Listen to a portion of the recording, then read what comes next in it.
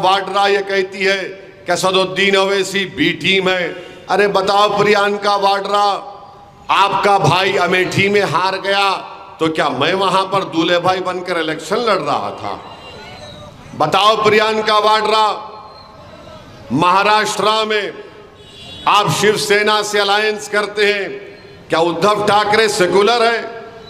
वो शिवसेना जिसके लोग 6 दिसंबर के दिन कहते हैं कि हमने जाकर वहां पर बाबरी मस्जिद को शहीद किया, आप उनके साथ बैठे हुए हैं।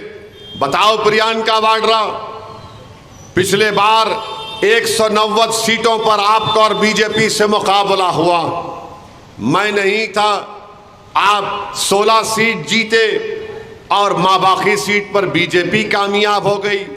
अब के बार शायद 200 कितने, अब इस इलेक्शन में एग्जैक्ट नंबर ये है, कितना नंबर है, एग्जैक्ट नंबर ये है कि इस इलेक्शन में 300 सीट पर आप लोग मुकाबला कर रहे हैं। आप लिखकर बोल दो कितने सीट आप लोग जीतेंगे। यानी 2019 में 92% सीट आप हार गए। और बताओ प्रियंका वाड्रा, आप आम आदमी पार्टी से आपका अलायंस है दिल्ली में, वो बीजेपी का साथ देती है 370 निकालने में कश्मीर का। उत्तराखंड में यूनिफॉर्म सिविल कोड बीजेपी लाती तो आपकी पार्टी के एमएलए वॉइस वोट के जरिए यूनिफॉर्म सिविल कोड की तायीद करते हैं और हमसे कहते हैं हम बी टीम है। मेरे अजीज दोस्तों और बुजुर्गों, इन सब को मंजलिस से बड़ी तकलीफ है। और ये लोग जो कह रहे हैं बी टीम, अरे काय की बी टीम रे, कहां की बी टीम? पूरों को चोरा चोरा मिलके गांव बांट लिए।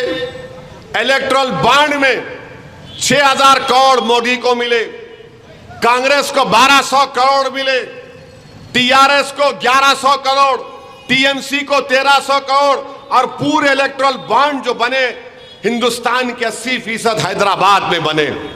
और हैदराबाद के जेम्स बॉन्ड को 0, एक बॉन्ड नहीं मिला, मुझे एक बॉन्ड नहीं मिला। तो मालूम हुआ कि जो बिकने तैयार था खरीदार ने उनको खरीद लिया। तुमको शर्म नहीं आई? तुमने एक गरीब वोटर के वोट के नाम पर तुमने बॉन्ड लिया और तुम आकर बड़ी बड़ी बातें करते हो। अरे तुम क्या हराओगे आरएसएस को जब तुम खुद मिले हुए हो? मुंह मत खिलाओ मेरा। सिर्फ और सिर्फ मुल्क को देखकर मैं खामोश बैठ रहा हूं, वरना याद रखो, अगर दिमाग फिर गया तो पूरा फिर जाएगा। दिमाग फिर गया तो पूरा फिरेगा। तुम समझो इस बात को। अगर तुम ये समझ रहे कि तुम जो मुंह को आया बोलते जाएंगे, मेरे मुंह में भी जबान है। 47 से शुरू करूंगा तो 2024 तक आऊंगा। बहुत बोल सकता हूं तुम लोगों के बारे में, मगर आप बोले जा रहे हैं। अरे क्या क्या है, हिमाकत है क्या है ये?